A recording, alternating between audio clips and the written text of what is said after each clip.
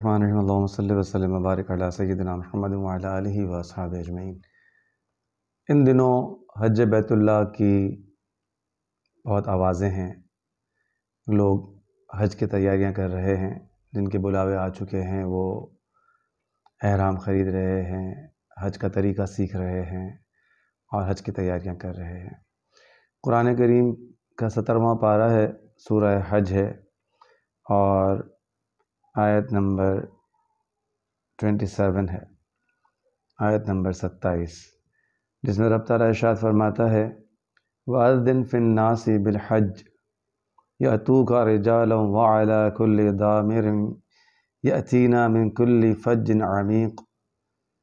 ترجمہ کنز ایمان، اور لوگوں میں حج کی عام ندا کر دو، وہ تمہارے پاس حاضر ہوں گے پیادہ اور ہر دبلی اونٹنی پر کہ ہر دور کی راہ سے آتی ہیں۔ اس کی تفسیر میں خزانہ العرفان میں لکھا ہے کہ ابراہیم علیہ السلام نے ابو قیس پہاڑ پر چڑھ کر جہان کے لوگوں کو ندا کر دی کہ بیت اللہ کا حج کرو۔ جن کے مقدر میں حج ہے انہوں نے اپنے باپوں کی پشتوں سے اور ماؤں کے پیٹوں سے جواب دیا لبیک اللہم لبیک۔ عالم ارواح میں جتنی بھی ارواحوں کو، جتنی بھی روحوں کو حج بیت اللہ کی سعادت ملنی ہے، انہوں نے پہلے ہی لبیک اللہم لبیک کہہ کر اور اپنی حاضری کا اعلان کر دیا کہ ہم حاضر ہیں۔ اور ایک جگہ میں نے یہ بھی سنا اور پڑھا کہ جس نے جتنی بار لبیک کہا اللہ تعالیٰ اس کو اتنی بار حج بیت اللہ کی سعادت نصیب فرمائے گا۔ حج اصل میں ہے کیا خانہ کعبہ کا طواف کر لینا، سعی کر لینا، شیطان کو کنکر مار لینا، احرام پہن لینا، زمزم پی لینا اور وہاں سے کھجوریں لے آنا، کیا یہی سب حج ہے؟ حج دراصل اگر صوفیوں کا حج پوچھیں کہ صوفی حج کس طرح کرتے ہیں تو جنید بغدادی سے پوچھتے ہیں۔ کتاب ہے اللہ کے سفیر، اور جنید بغدادی علیہ رحمہ کے پاس ایک شخص آتا ہے اور سلام دعا کرتا ہے۔ جنید بغدادی پوچھتے ہیں میرے بھائی تم کہاں سے آ رہے ہو؟ اس نے کہا میں حج بیت اللہ کی سعادت حاصل کر کے آ رہا ہوں، آپ کی خدمت میں حاضر ہوا ہوں تاکہ آپ کے روحانی فیض سے فیضیاب ہو سکوں۔ جنید بغدادی فرماتے ہیں کہ جو شخص اللہ کی بارگاہ کرم میں حاضر ہو چکا ہو اسے ایک انسان کے پاس آنے کی کیا ضرورت ہے؟ اس شخص نے کہا کہ نہیں، بس میں آپ سے فیض لینا چاہتا ہوں، مجھے کوئی فیض کی بات بتائیے، کوئی حکمت کی باتیں بتائیے۔ درویش کچھ دیر تک خاموش رہے، جنید بغدادی کچھ دیر تک خاموش رہے، پھر اس شخص کو مخاطب کرتے ہوئے پوچھا اے بھائی، جب تم حج کے لیے گھر سے نکلے تھے کیا تم نے گناہوں سے اجتناب کیا تھا؟ اس شخص نے نفی میں سر ہلا دیا۔ جنید بغدادی نے پھر پوچھا اس کا مطلب ہے کہ تم سفر میں تھے ہی نہیں؟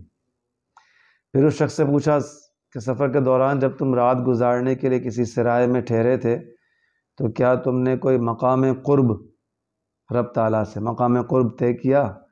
اس شخص نے بڑی حیرانگی سے جنید بغدادی کی طرف دیکھا اور نفی میں سر ہلا دیا۔ جنید بغدادی نے پھر کہا کہ اس کا مفہوم یہ ہے کہ تم نے منزل بہ منزل سفر طے نہیں کیا۔ اس کے بعد صوفی بزرگ نے پوچھا کہ جب تم نے احرام باندھا تو اپنے سابقہ لباس کے ساتھ ساتھ انسانی کمزوریوں مثلاً خود بینی، اپنے آپ کو اچھا سمجھنا، بغض، حسد، حرص اور طمع کے لباس کو بھی اپنے آپ سے دور کیا یا نہیں؟ درویش کے سوالات سن کر وہ شخص مزید حیرت میں ڈوب گیا اور عرض کی کہ میں نے اپنی ایسی کسی کمزوری والا لباس نہیں اتارا، میں نے صرف احرام پہن لیا۔ درویش نے کہا پھر اس کا مطلب تم نے احرام باندھا ہی نہیں۔ اس کے بعد اس شخص سے پوچھا جب تم نے عرفات کے میدان میں وقوف کیا تو مراقبہ ذات باری تعالیٰ کیا، کہ رب کا مراقبہ بھی کیا، اس کی ذات کا؟ اس شخص نے نفی میں جواب دیا کہ نہیں، میں نے ایسا کچھ نہیں کیا۔ درویش نے فرمایا اس کا مطلب تم نے عرفات کا وقوف کیا ہی نہیں ہے۔ اس طرح درویش مسلسل سوالات کرتے رہے۔ جب تم مزدلفہ پہنچے تو تمام نفسانی خواہشات سے قطع تعلق کیا۔ جب تم نے خانہ کعبہ کا طواف کیا تو جمال ذات باری کا مشاہدہ کیا۔ جب تم نے صفا اور مروہ کے درمیان سعی کی تو مقام صفا حاصل کیا یا نہیں؟ جب تم منا میں آئے تم نے اپنی نفسانی خواہشات کو قربان کیا یا نہیں، یا صرف جانور قربان کر دیا اور سمجھے کہ میری قربانی ہو گئی؟ کیا تم نے اپنی نفسانی خواہشات کو قربان کیا یا نہیں؟ وہ شخص ہر سوال کا جواب نفی میں دیتا رہا، تو جنید بغدادی علیہ الرحمہ نے فرمایا، میرے بھائی، تم نے سرے سے حج کیا ہی نہیں ہے، واپس جاؤ اور دوبارہ اس طرح حج کی نیت کرو جیسے میں نے تمہیں بتایا ہے۔ اگلے سال پھر اس طرح حج کرنا تاکہ تم مقام ابراہیمی تک پہنچ سکو، اور مقام ابراہیمی تک پہنچنے کی سعادت حاصل کر سکو، پھر تمہیں فیض ملے گا، ضرور ملے گا۔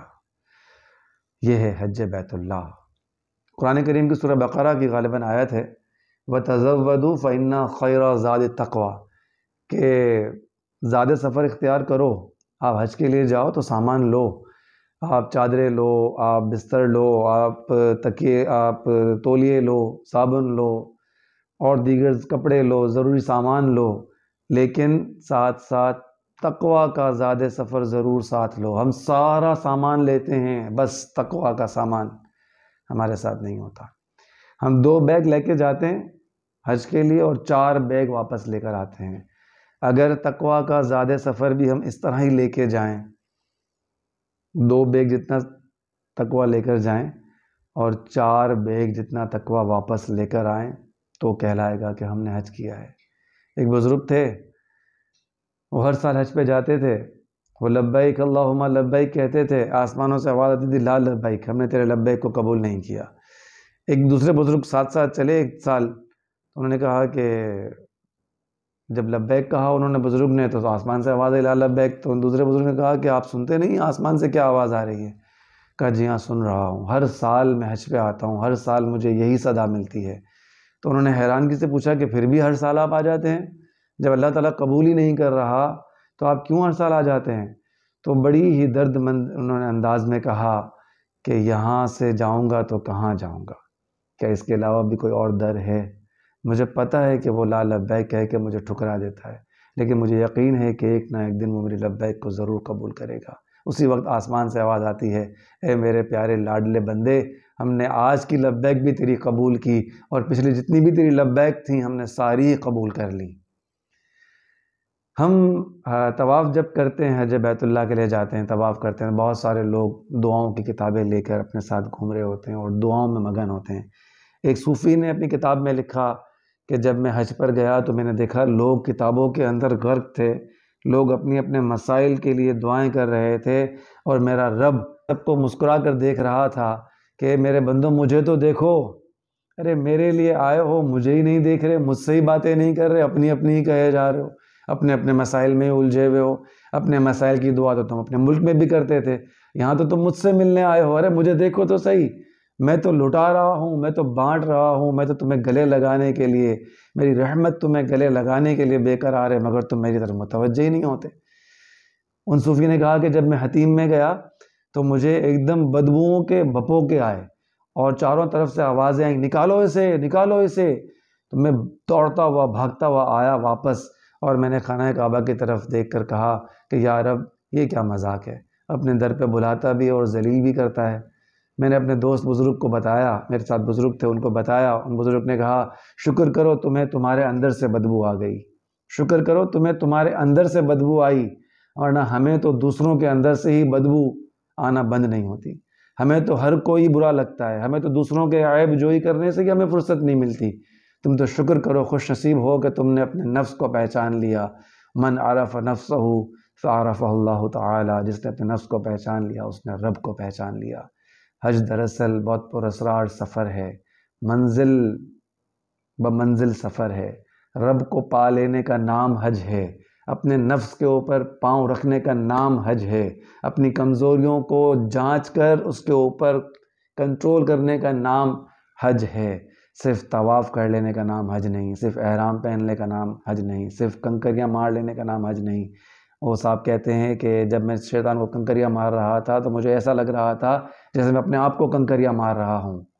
یہ حج ہے، یہ حج ہے۔ اللہ تعالیٰ ہمیں ایسا حج کرنے کی توفیق عطا فرمائے۔